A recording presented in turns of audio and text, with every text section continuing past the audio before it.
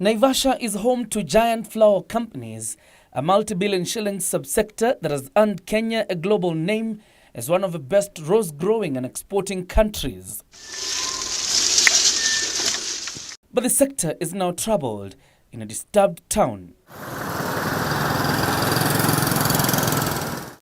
The last 3 years have been gloomy, following successive shutdowns or scaling down of workers in the flower farms, rendering over 6,000 workers jobless.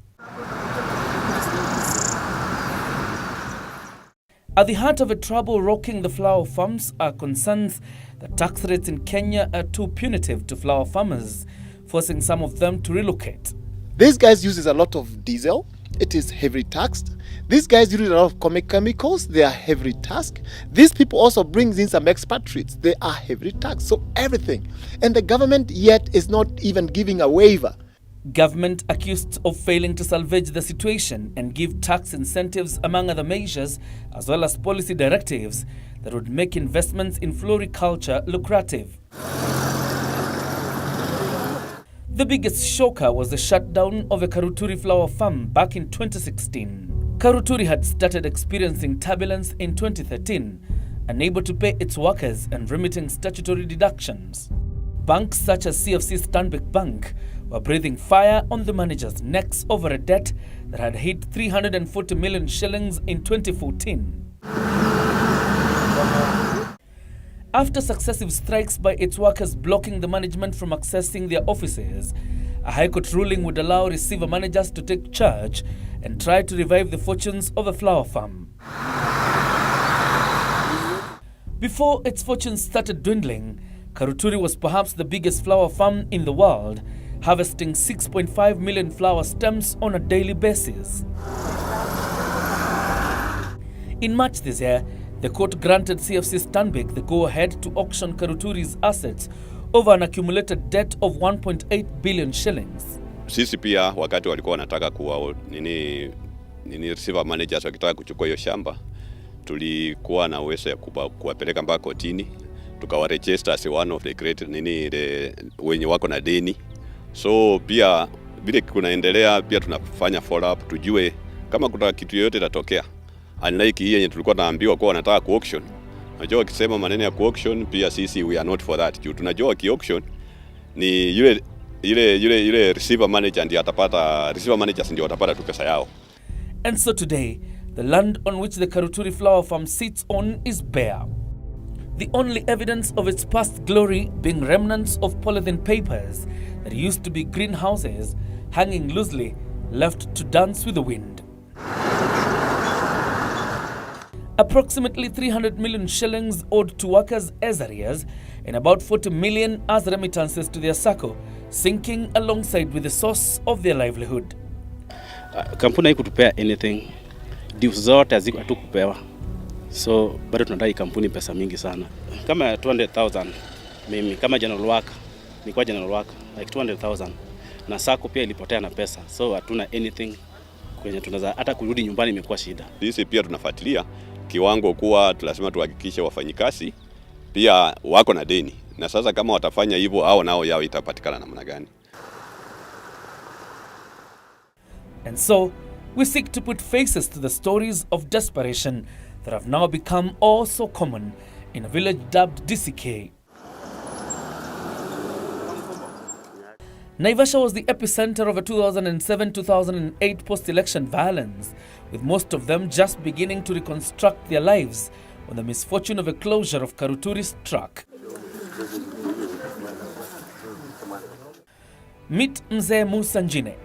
3 years later, the man is ailing, frail and jobless.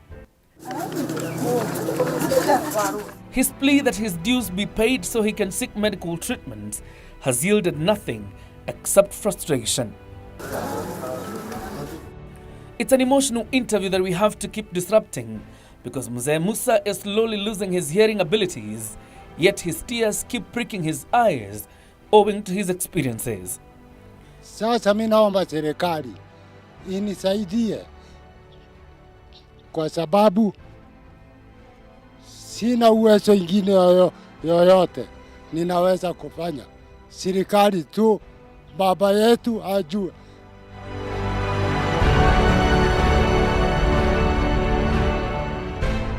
Even government institutions have been frustrating him. Miaka 10 imekwisha, na vile imekwisha, mimi ninaendanga huko Naivasha kuleta kadi na kadi sipati, na nikakuta kadi kwa meza hanipati. Mzee Musa, now fully dependent on his frail wife, who was also rendered jobless after the shutdown of a Karuturi flower farm. She has to do the back-breaking job of fetching for firewood that can only earn her a paltry 100 shillings a day. The 100 shillings is what caters for food, upkeep, and mzee's medication and routine medical checkups. Nikikosa saa ingine madaktari wanakuja mpaka hapa kuniuliza mama ni nini, msije aenda hospitali. Nikosefu ya pesa. Sina ya kukula, ninahangaika, nisimamishwa kazi. Wallowing in abject poverty, robbed of their rights, stripped of dignity, and denied the pleasures of living, their house has a testament of how things are. Kwa hivyo naomba serikali ingilie katikati, nilipo pesa yangu niende.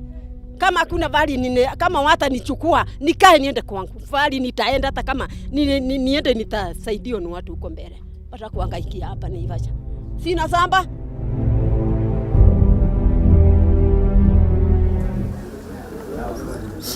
But Mzee Musa's family is not the only family that has to deal with the shame in DCK village.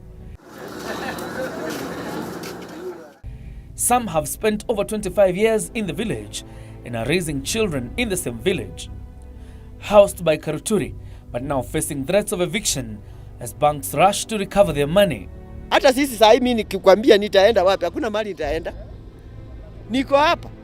Kuanzia 78 mpaka saa hii ni miaka ngapi? Nilikuja kama mimi msichana. Watoto wameoleka hapa. Tuliwachwa kwa hii manyumba. Tumefanya hapa kazi, mimi nilikuja hapa nikiwa na miaka 21. Saa hii mimi ndio naelekea 44. Hakuna kitu. Uzee imenipata hapa. Ujana iliishia hapa.